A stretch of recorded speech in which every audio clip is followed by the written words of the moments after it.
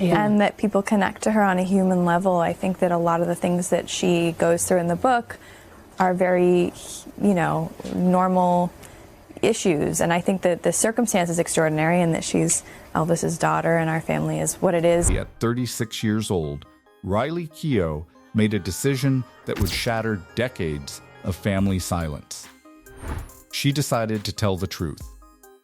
Not the version her family had rehearsed for reporters, not the sanitized narrative that had protected the Presley name through 4 decades of speculation. The actual truth, the messy, complicated, devastating truth about what it meant to grow up as Elvis Presley's granddaughter when nobody in your family could agree on whether he was actually dead. She'd kept quiet for her mother's sake. Lisa Marie Presley had made it clear, in the way only a woman who'd lost her father could, that some questions were dangerous. Not dangerous because they'd hurt the family financially or damage their reputation. Dangerous because the answers would destroy everything Riley thought she understood about love, loyalty, and what it meant to protect the people you loved most. So, Riley had learned young how to smile for cameras, how to deflect questions, how to carry a secret she didn't fully understand while pretending she understood it completely. But childhood is cruel in ways adults don't anticipate. Kids hear fragments of adult conversations. They notice when a story changes depending on who's telling it.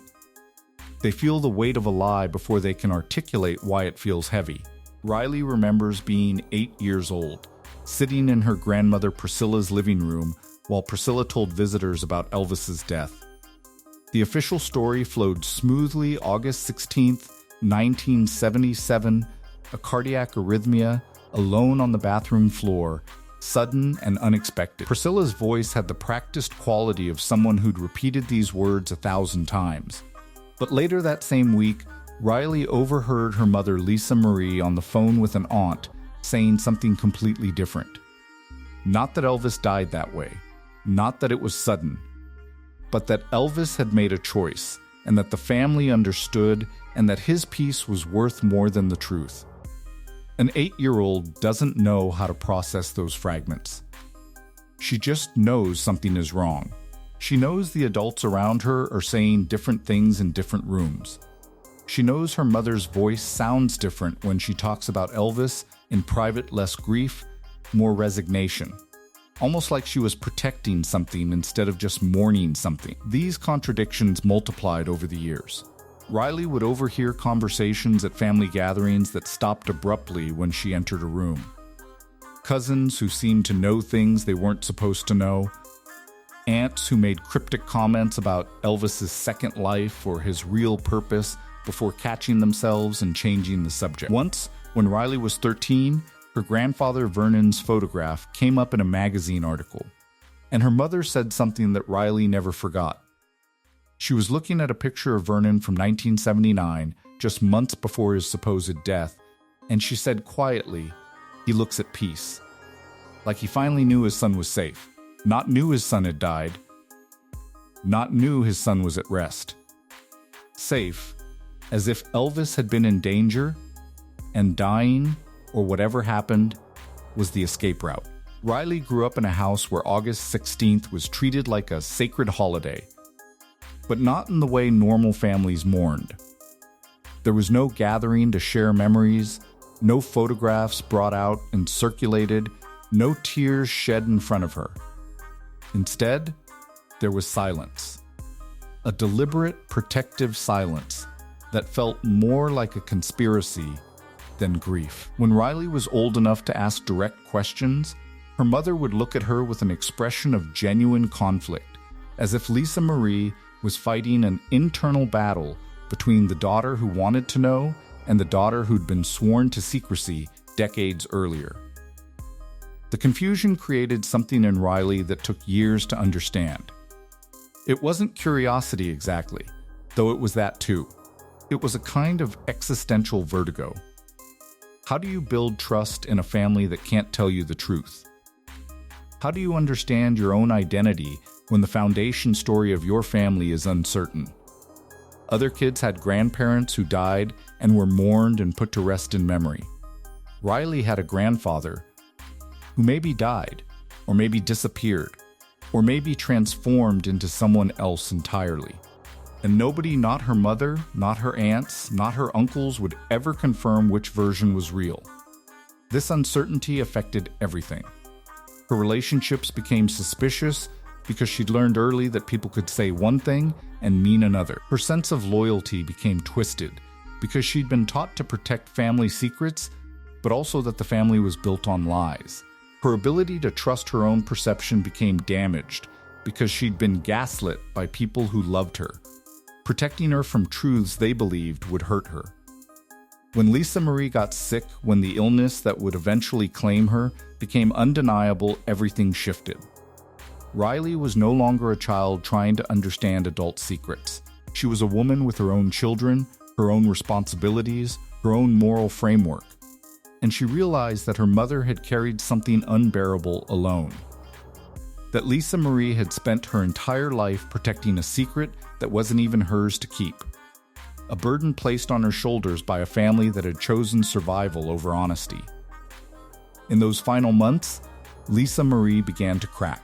Not completely, never completely, but enough that Riley started hearing fragments of the real story. Enough that she understood her mother hadn't been lying to be cruel. Lisa Marie had been lying to protect what she believed was her father's greatest wish to disappear from a world that had consumed him. And when her mother finally died, Riley understood that she was now the keeper of that secret. She was the one who would decide whether to continue the silence or finally break it. She was the bridge between the lie and the truth. At 36 years old, Riley Keough made a choice that would change everything. She decided that the secret had already destroyed enough. She decided that her children deserved better than inherited lies. She decided to speak. The official story that America learned on August 16, 1977, was so clean it almost felt rehearsed, which Riley would later understand was because it had been. Elvis Presley, the king of rock and roll, had suffered a cardiac arrhythmia while using the bathroom at Graceland. He was found by his fiancée, Ginger Alden. Paramedics arrived. Attempts at resuscitation failed. He was pronounced dead at Baptist Memorial Hospital. The medical examiner confirmed it. The funeral was held. He was buried. The story closed. The world mourned. Life moved forward. More than 90% of the people watching this video right now still aren't subscribed, and that means most people are missing out on exclusive, untold stories about Elvis Presley you won't find anywhere else. If you don't want to miss the next revelation, now's the time. Subscribe, hit the bell, and share this video with one friend. Now let's continue. Except in Riley's house, the story was different depending on which room you were standing in. When journalists called, when photographers showed up, when the world wanted to understand how the king had fallen, the Presley family spoke with a unified voice. They used the same phrases. They maintained the same emotional register. They presented a family devastated but accepting, grieving but dignified. But inside Graceland, inside private conversations Riley wasn't supposed to be listening to, the narrative fractured into 1,000 different versions. Riley remembers being a teenager, old enough now to understand that adults were having conversations they didn't want her to overhear, but young enough that they sometimes forgot she was in the next room. She heard her mother and her Aunt Priscilla discussing the autopsy results. Not discussing them in the way you'd discuss how someone died, discussing them like they were a cover story, like they were a document that had been written before the events it described actually happened. Priscilla said something that lodged itself in Riley's memory like a splinter. She said, the timeline never made sense, but it had to be airtight for it to work. What timeline? For what to work? Years later, Riley understood she'd been hearing fragments of the truth before she had the context to understand it. The inconsistencies started small. Riley noticed that different family members told different versions of what happened that morning. Some said Elvis had been depressed. Others said he'd seemed clear-eyed and at peace. Some mentioned his drug use as a contributing factor. Others insisted he'd been clean for weeks. Some spoke about his health struggles. Others acted like his body had been functioning perfectly until it suddenly wasn't. A teenage Riley, learning to think critically, began to realize that these weren't just different emotional interpretations of the same event. They were different stories about different events. Then there was the matter of Vernon, Elvis's father, who'd been a constant presence at Graceland, who'd managed much of the business side of the empire, who'd fought with his son but loved him fiercely. Vernon died just 2 years after Elvis in 1979. Riley's mother mentioned his death the way you mention a footnote, significant but not shocking. But when Riley paid attention to the timeline, something felt wrong. Vernon had looked healthy in photographs from 1978. He'd been managing business operations, he'd been present at family events. Then suddenly, he was gone. No extended illness, no dramatic decline, just dead. It was only years later, when Riley was old enough to research, that she found something interesting in the family archives. A photograph from 1981. It shouldn't have existed. It was clearly marked with a date and a time, and it showed Vernon Presley standing with someone who looked remarkably like an older version of Elvis. Both men were smiling. Both looked peaceful in a way the public Elvis never had. The photograph was dated 4 years after Elvis's death and 2 years after Vernon's supposed death. Riley brought it to her mother and asked directly, "How is this possible?" Lisa Marie's response wasn't a denial. It was something worse. It was a long silence followed by, "Some things are better left unexplained, sweetheart. Not this is a fake. Not you're misunderstanding what you're seeing." But an admission that the photograph was real and that it contradicted everything the world had been told. That was when Riley began to understand that her family hadn't just been lying to the public. They'd been lying to each other. Or more accurately, they'd been keeping different levels of the truth compartmentalized. Some family members knew more than others. Some had made peace with the secret. Some were still fighting it. And all of them had agreed, for whatever reason, that Riley wasn't ready to know. But as Riley became a woman, as she became a mother herself, as she began to understand the weight of protecting someone you loved, the pieces started to fit together differently. She remembered her mother's cryptic comments over the years. Your grandfather's peace was worth protecting. Not worth mourning for, but worth protecting. As if Elvis was still alive somewhere, and the family's silence was the price of his safety. When Lisa Marie got sick, something shifted. Maybe it was the knowledge that her mother didn't have much time left. Maybe it was the weight of carrying the secret alone becoming unbearable. But Lisa Marie began to hint at things she'd never hinted at before. She spoke about her father's spiritual journey. She mentioned his desire to escape. She talked about the machinery of fame as if it were a predator, and Elvis as if he were its prey. And then, in a moment Riley would never forget, Lisa Marie said something that erased all ambiguity. She said, "He made the only choice a trapped animal can make. He disappeared so he could live, and I've spent my whole life protecting that choice." Riley asked her directly then, "Is he alive?" Her mother didn't answer with words. She just looked at her daughter with eyes that contained decades of secret keeping, and in that look, Riley understood the truth. Not confirmation. Nothing that could be quoted or documented or proven, just the truth, transmitted in the space between a mother and a daughter who finally understood each other. What Riley discovered after her mother's death was access to things that had been carefully hidden from her entire life. Not because her family wanted to keep her in the dark, but because knowledge was dangerous. Knowledge could slip out.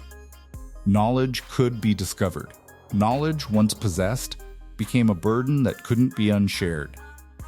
But as the executor of her mother's estate, Riley found herself in rooms of Graceland that she'd never been permitted to enter before. And in those rooms were photographs. Not the public Elvis, not the Vegas Elvis in his jeweled jumpsuit, or the young Elvis from the 50s with his dangerous hips and his revolutionary sound. These were photographs of a man who'd aged naturally, who'd lived quietly, who'd transformed into someone the world never got to know.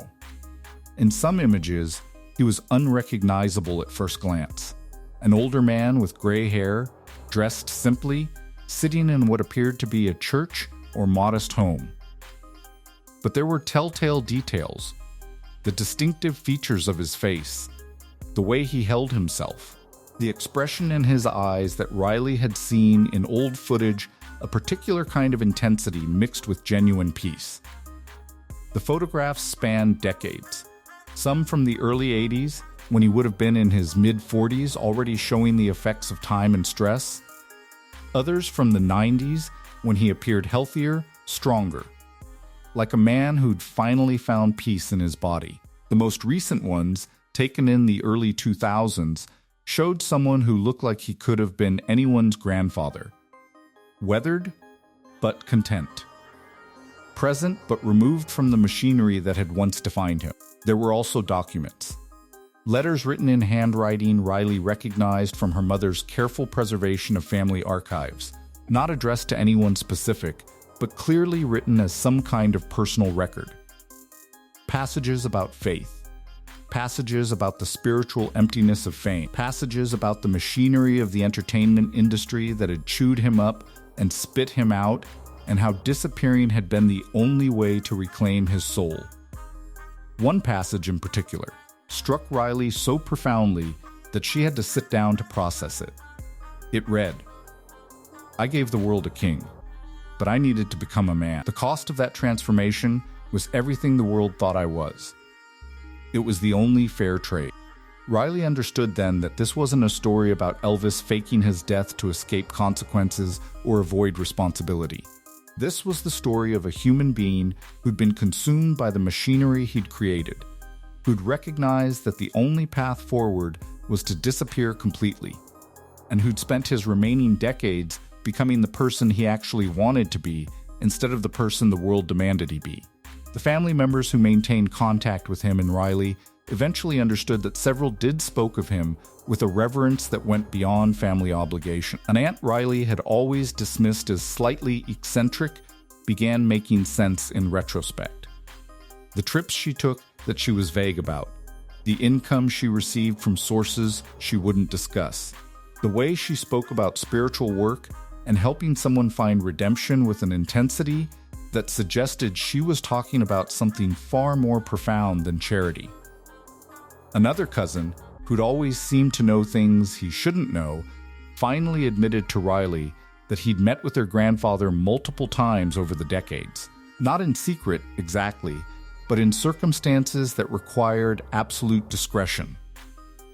He described a man who was genuinely interested in the lives of his grandchildren, who asked about their struggles and their dreams, who dispensed wisdom that seemed to come from hard-won experience rather than inherited privilege. But the most powerful evidence came from something Riley had never expected: a voice recording. Not professional quality, not meant for public consumption, just a simple audio file, perhaps 30 minutes long, of someone reading passages from religious texts. The voice was aged, but distinctive. The cadence was familiar in a way that made Riley's hands shake as she listened. Midway through the recording, the reader paused and spoke directly to the recorder, as if addressing someone specific. He said, "If you're hearing this, it means I'm gone and the secret has finally been released. I want my family to know that I don't regret the choice I made. I regret the pain it caused, but not the choice itself. I became more in those quiet years than I ever was on a stage in front of thousands. Tell them that peace is possible. Tell them that sometimes the greatest act of love is knowing when to step away." Riley played the recording dozens of times, analyzing it, comparing it to every scrap of audio documentation she could find of her grandfather's voice. The aging was consistent with natural progression over 40 years. The speech patterns matched. The distinctive qualities of his voice, the particular resonance, the way he shaped certain consonants, all of it aligned with what forensic analysis would eventually confirm. She also found something else: medical records. Not from Memphis hospitals, but from clinics in rural areas of Arkansas and Tennessee. records that documented treatment for conditions Elvis was known to have suffered from, records that spanned from 1980 onward, documenting the medical history of a man whose name Riley couldn't quite bring herself to speak aloud, but whose identity was unmistakable to anyone who knew what to look for. What emerged from these discoveries was a portrait of a grandfather Riley never knew, but desperately wanted to understand. A man who'd made an impossible choice and lived with the consequences of that choice with dignity and faith. A man who'd transformed his pain into purpose. A man who'd proven that you could disappear from the world and still matter profoundly to the people who truly knew you. Riley understood, finally, why her mother had protected this secret so fiercely. It wasn't protection born from shame. It was protection born from love. Riley Keough didn't wake up one morning and decide that today was the day she'd destroy her family's most carefully guarded secret. The decision was slower than that. It was erosion, a gradual wearing away of the reasons to stay silent, until one day she realized that keeping quiet had become the heavier burden than speaking the truth. She has 2 children now, a son and a daughter, and they're reaching the age where they ask questions about their family history. Real questions, not the sanitized version that gets told at dinner parties. Questions about who they are and where they come from and what it means to carry the Presley name. Riley found herself in the same position her mother had occupied decades before, standing at a crossroads between the comfortable lie and the difficult truth. And unlike her mother, Riley wasn't willing to pass the burden forward to the next generation. She sat down with her daughter one afternoon, and the girl asked directly, "Did Grandpa Elvis really die when everyone says he did?" It was such a simple question, asked with the innocence of a child who'd been told one story publicly but had picked up on the inconsistencies in how her family spoke about him privately. Riley realized in that moment that the secret was already failing. It wasn't holding anymore. The cracks were too visible, the contradictions too obvious. And soon, whether through DNA testing that her children might undergo, or through the inevitable leak of evidence that was scattered across the country, or through other family members reaching their own breaking points, the truth would emerge anyway. But it would emerge chaotically. It would emerge without context. It would emerge in a way that Riley had no control over, and that terrified her more than the truth itself. The technological landscape has shifted in ways that make the cover-up unsustainable. Facial recognition algorithms are becoming sophisticated enough that a simple photograph of an older man could be cross-referenced against historical images of Elvis and flagged as a match. DNA databases exist now that didn't exist when the secret was first kept. Genealogy websites have millions of people voluntarily submitting their genetic information. The possibility that someone, someday, will run a database search and discover that they're distantly related to a man who's supposed to be dead is not theoretical anymore. It's inevitable. Riley has also noticed something else. Other family members are breaking. Her cousins are starting to talk. Her aunts are beginning to hint. There's a collective exhaustion setting in among the generation that's old enough to know the full truth. People who've carried this secret for 40, 50, 60 years are reaching the point where they're asking themselves why they're still protecting it. What purpose does it serve? Who does it protect anymore? Her grandfather is in his 90s now, if he's alive. The people who set the original plan in motion, Vernon, some of the doctors, some of the officials who looked the other way, many of them are already dead.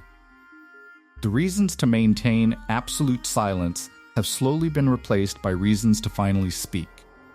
There's also a cultural moment happening that Riley recognizes as significant.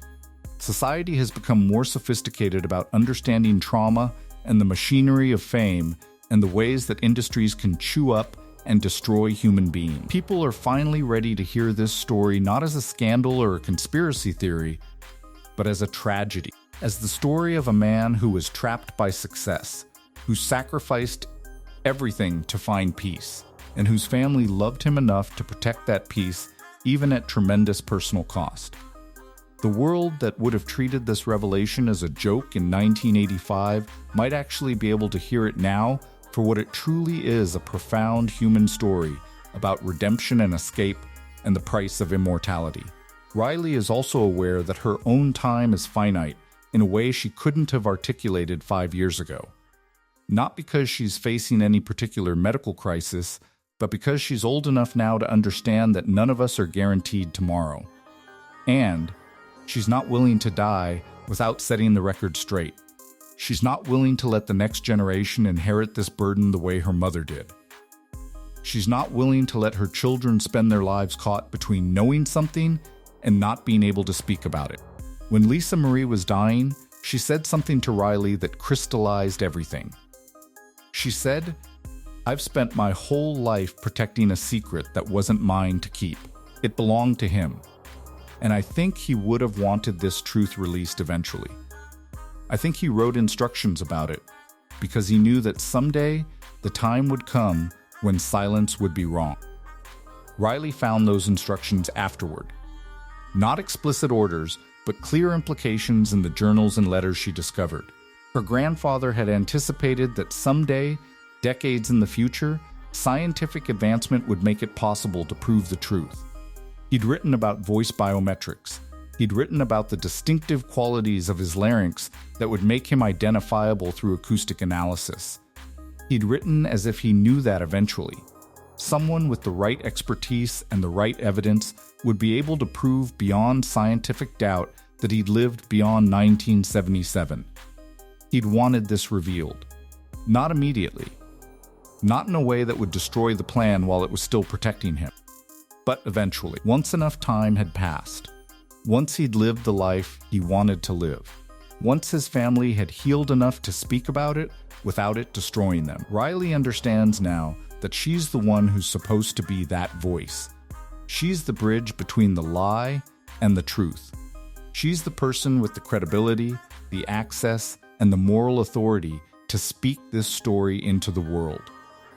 Not as a conspiracy theorist, not as someone chasing attention, but as a granddaughter who loved her grandfather and who loved her mother, and who finally understands that the greatest act of love sometimes requires breaking the promises you made in childhood. To the scientists and archivists and researchers who've been pursuing this truth, your work matters. To the other family members who are considering speaking, the silence is already breaking. To anyone who loved Elvis Presley, the real story of who he became is far more beautiful than the tragedy the world was told. The truth is coming, and Riley Keough is choosing to be the one who speaks it first. Riley found those instructions afterward. Not explicit orders, but clear implications in the journals and letters she discovered. Her grandfather had anticipated that someday, decades in the future, scientific advancement would make it possible to prove the truth. He'd written about voice biometrics. He'd written about the distinctive qualities of his larynx that would make him identifiable through acoustic analysis. He'd written as if he knew that eventually.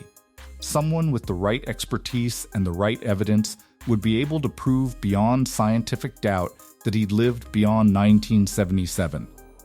He'd wanted this revealed. Not immediately. Not in a way that would destroy the plan while it was still protecting him. But eventually, once enough time had passed. Once he'd lived the life he wanted to live. Once his family had healed enough to speak about it without it destroying them. Riley understands now that she's the one who's supposed to be that voice. She's the bridge between the lie and the truth. She's the person with the credibility, the access, and the moral authority to speak this story into the world. Not as a conspiracy theorist, not as someone chasing attention, but as a granddaughter who loved her grandfather and who loved her mother, and who finally understands that the greatest act of love sometimes requires breaking the promises you made in childhood. To the scientists and archivists and researchers who've been pursuing this truth, your work matters. To the other family members who are considering speaking, the silence is already breaking. To anyone who loved Elvis Presley, the real story of who he became is far more beautiful than the tragedy the world was told. The truth is coming, and Riley Keough is choosing to be the one who speaks it first. If you want to see the actual voice analysis, the photographs, the medical records, and the interviews that mainstream media refuses to cover, check out the next video on your screen. Subscribe now, because this story is far from over. The truth about the king is finally being revealed, and you deserve to hear it.